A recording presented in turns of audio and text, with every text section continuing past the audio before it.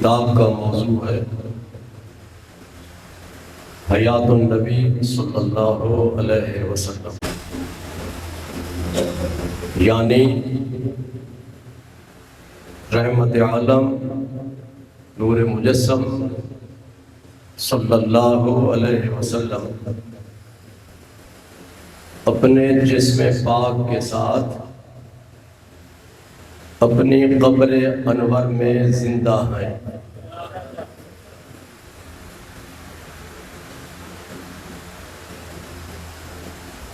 یہ ایسا مسئلہ ہے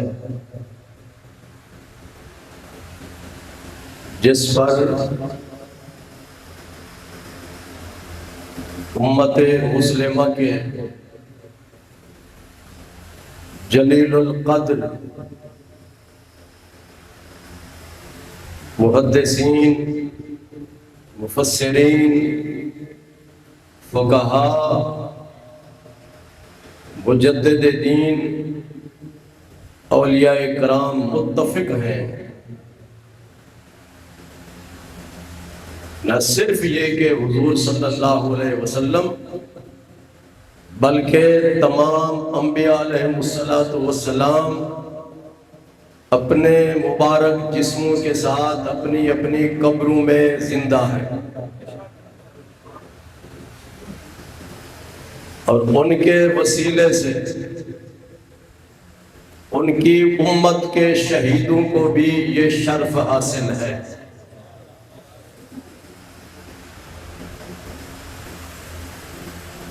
اس میں کوئی شک نہیں کہ موت اٹل ہے، کل نفس ذائقۃ الموت، ہر روح والی چیز کو موت آئے گی، یہ رب کا اٹل قانون ہے۔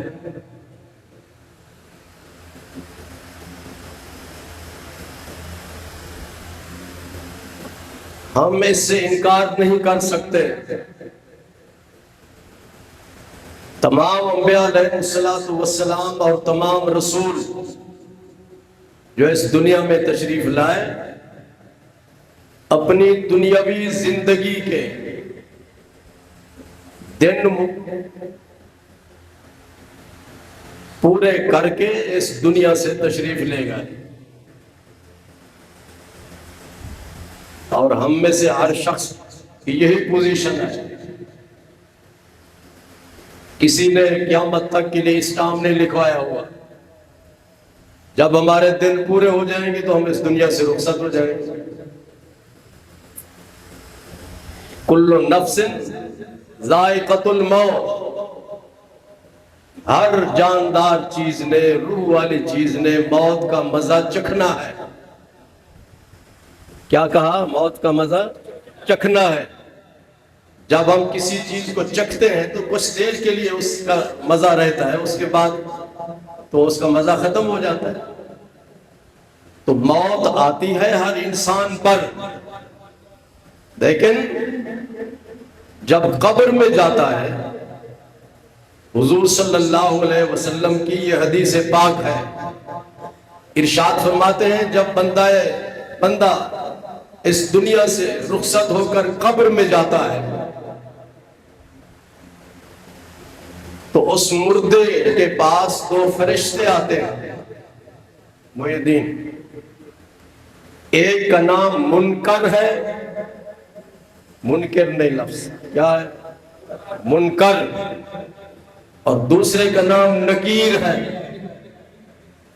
مردہ اس طرح سیدھا لیٹا ہوا ہوتا ہے، دونوں فرشتے آتے ہیں اور اس مردے کو اٹھا کر بٹھا دیتے ہیں۔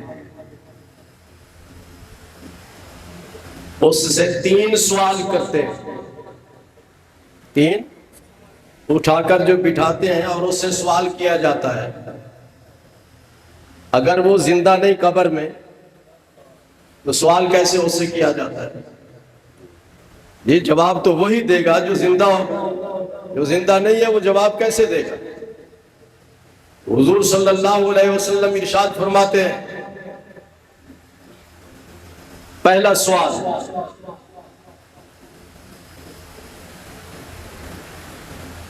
من ربک، تیرا رب کون ہے؟ تیرا رب کا معنی کیا ہے؟ ہاں بھائی کاکا تم بتاؤ، کیا نام ہے تمہارا؟ ہاں نام، رب کا معنی کیا ہے؟ رب اللہ کا نام ہے، معنی کیا ہے اس کا؟ یہ جتنے بھی بیٹھو کوئی بتائے مجھے، رب کا معنی پالنے والا، یہ اللہ کا نام ہے، اور اللہ کے اور بھی نام ہیں، کتنے نام مشہور ہیں؟ ابھی 99 نام مشہور ہیں۔ اللہ کا نام اللہ ہے، اس کا نام خالق ہے، مالک ہے، رازق ہے، غفار ہے، جبار ہے، قہار ہے، غفور ہے، ستار ہے، یہ سارے اس کے نام ہیں۔ لیکن قبر میں دوسرے نام نہیں ہوں گے، یہ نام ہوگا کہ من ربک، دنیا میں تیری کس نے پرورش کی، کس نے تجھے پالا؟ یہ پہلا سوال ہوگا۔ میرے آقا کریم صلی اللہ علیہ وسلم کا امتی ہوگا جیسے آپ ہیں، تو وہ امتی جواب دے گا ربی اللہ، میرا رب اللہ ہے۔ کافر کہے گا ہاں ہاں لا ادری، میں نہیں جانتا، میں نہیں جانتا رب کون ہے۔ جس نے ساری زندگی بتوں کی پوجا کی ہو وہ اللہ کو کیسے جانتا ہے؟ ساری زندگی مسلمان ہو کر اس نے پیسے کی پوجا کی، وہ کیا جانے کہ اللہ کیا ہے؟ دوسرا سوال، ما دینوں کا،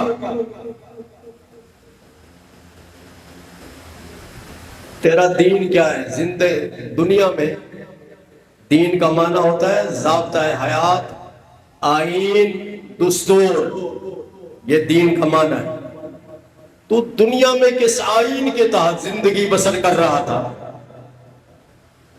مسلمان کہے گا دینی الاسلام، میرا دین اسلام۔ کافر کہے گا ہاں ہاں لا ادری لا ادری، میں نہیں جانتا، میں نہیں جانتا۔ تیسرا سوال، ما کنت تقول فی ھذا الرجل، یہ شخصیت جو تیرے سامنے ہے ان کے بارے میں تو دنیا میں کیا عقیدہ رکھتا تھا؟ جی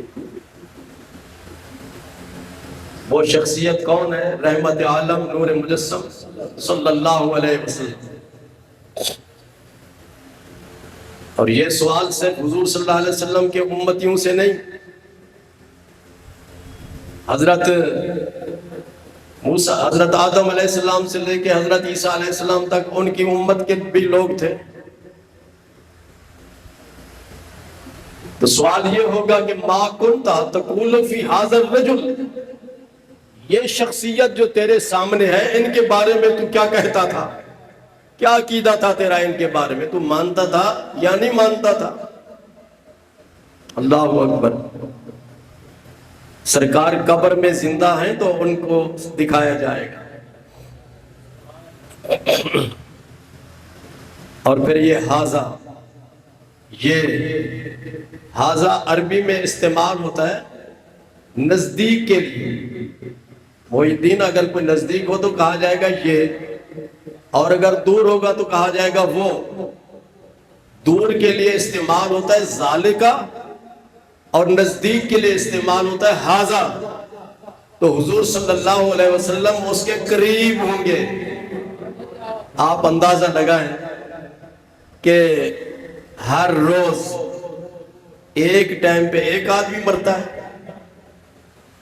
جی، تو ہزاروں کی تعداد میں لوگ مرتے ہیں دن میں اور قبروں میں موجود ہوتے ہیں۔ سمجھ رہے ہیں آپ؟ تو حضور صلی اللہ علیہ وسلم ہر مردے کی قبر میں جلوہ گر ہوتے ہیں۔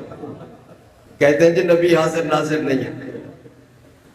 یہ اس طرح کے لایانی قسم کے عقیدے.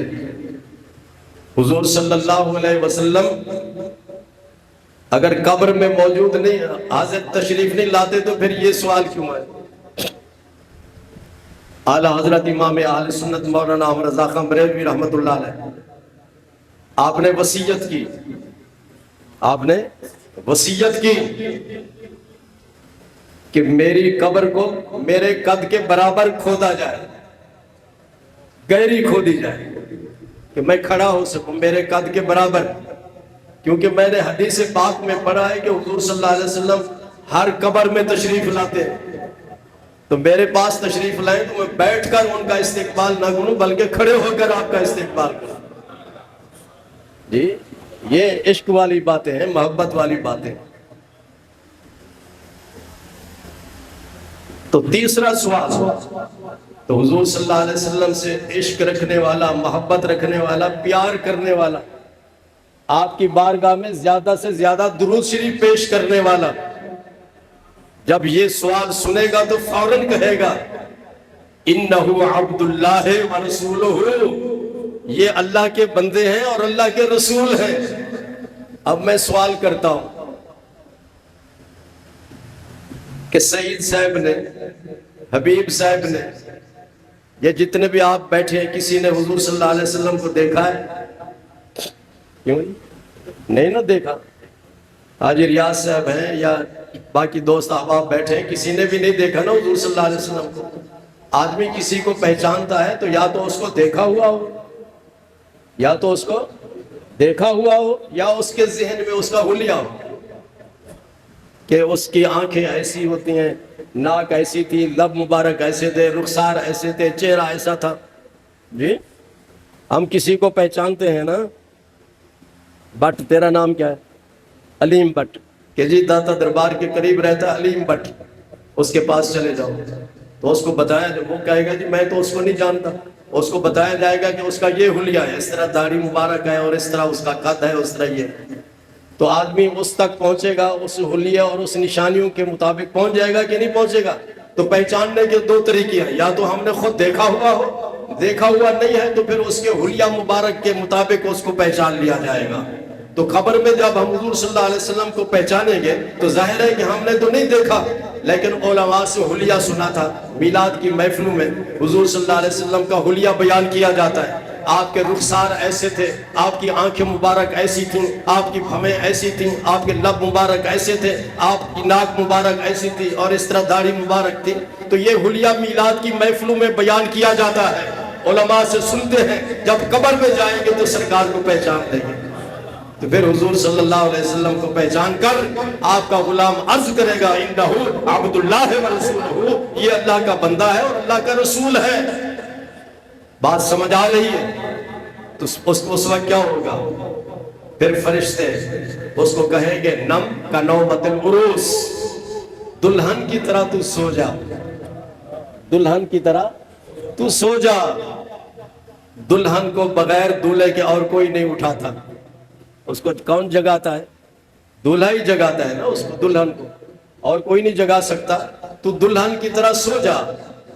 پھر فرشتے وہ امتحان میں کامیاب ہو جاتا ہے، فرشتے چلے جاتے ہیں. اور کافر کیا کہتا ہے؟ ہاں لا ادری، ہاں لا ادری، میں نہیں جانتا، میں نہیں جانتا. پھر اس پر قبر کا عذاب مسلط کیا جاتا ہے، وہ قبر کے عذاب میں مبتلا کر دیا جاتا ہے، اور قیامت تک قبر کے عذاب میں مبتلا رہتا ہے وہ کافر اور وہ مشرک جس نے اللہ کے نبی کو نہیں پہچانا. تو رحمت عالم نور مجسم صلی اللہ علیہ وسلم کی اس حدیث کے مطابق ہر مرنے والا شخص اپنی قبر میں زندہ ہوتا ہے، اپنی قبر میں زندہ ہوتا ہے. وہ کافر ہو، مشرک ہو، جی مومن ہو، منافق ہو، کوئی بھی ہو. جب عام مردہ اپنی قبر میں زندہ ہوتا ہے تو اللہ کے نبی کیوں نہیں زندہ ہوتا؟ صحابہ کرام سے آپ نے ارشاد فرمایا، حضور صلی اللہ علیہ وسلم نے ارشاد فرمایا جمعہ کے دن زیادہ سے زیادہ درود شریف پڑھا کرو. جمعہ کے دن زیادہ سے زیادہ درود شریف پڑھا کرو، اس لیے کہ تمہارا درود شریف مجھے پہنچتا ہے، تمہارا درود شریف مجھے پہنچتا ہے۔ صحابہ نے عرض کیا یا رسول اللہ صلی اللہ علیہ وسلم، جب آپ اس دنیا سے تشریف لے جائیں گے پھر بھی ہمارا درود شریف آپ کو پہنچے گا؟ ان کے سوال کا مطلب یہ تھا کہ جب بندہ اس دنیا سے رخصت ہو جاتا ہے تو اس کی سننے کی، دیکھنے کی طاقتیں، ہر چیز ختم ہو جاتی ہے۔ تو حضور صلی اللہ علیہ وسلم نے ان کے اس سوال کا جواب دیا، ارشاد فرمایا ان اللہ حرم علی الارض ان تاکل اجساد الانبیاء فنبی اللہ حی یرزق، اللہ نے زمین پر حرام کر دیا ہے کہ نبی کے جسم کو کھائے۔ ہمارے جسموں کو تو کھا جائے گی جی، یہ جتنا چمڑا ہے، گوشت ہے، سب ختم ہو جائے گا، ہڈیاں باقی رہ جائیں گی، لیکن نبی کے جسم کو اجازت نہیں ہے کہ زمین ان کا جسم کھائے۔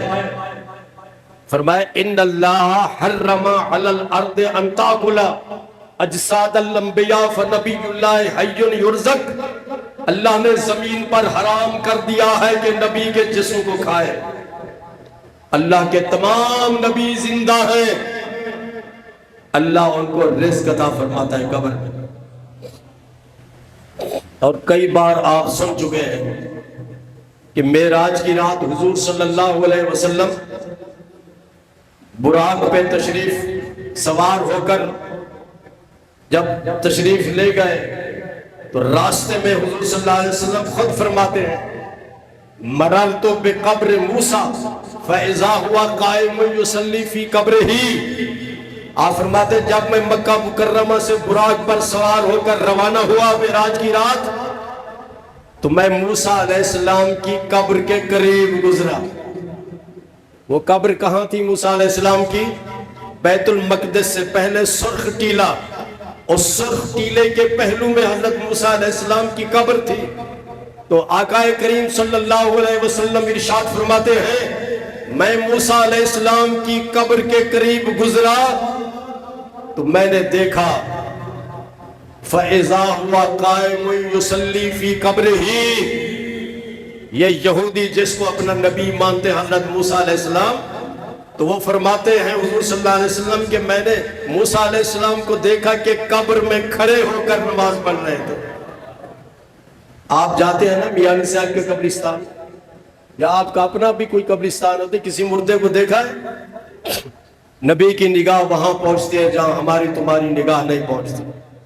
آپ ارشاد فرماتے ہیں میں نے موسیٰ علیہ السلام کو دیکھا کہ قبر میں کھڑے ہو کر نماز پڑھ رہے تھے۔ کتنا سال ہو گئے تھے انہیں دنیا سے رخصت ہوئے؟ حاجی رفیق 3000 سال۔ کتنے؟ یہ آپ کے پیچھے جو بیٹھا ہے نا سکیہ لگا کے، یہ دیکھو، اگر اس کو نیند آ گئی تو وضو ٹوٹ گیا اس کو کہو وضو کر کے۔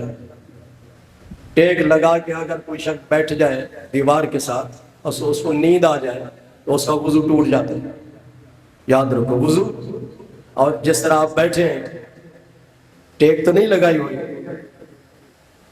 یہ یاسین بیٹھا ہے، سعید صاحب بیٹھے ہیں، حبیب بیٹھا ہے، افتخار بیٹھا ہے، یہ سب بیٹھے ہیں نا، ٹیک نہیں لگائی۔ اگر بیٹھے بیٹھے آپ کو نیند آ گئی تو وضو نہیں ٹوٹتا، وضو ٹیک لگا کے بیٹھے ہوں گے اور پھر نیند آ جائے تو پھر وضو ٹوٹ جاتا۔ تو حضرت موسیٰ علیہ السلام کو وصال فرمائے ہوئے کتنے 3000 سال گزر گئے۔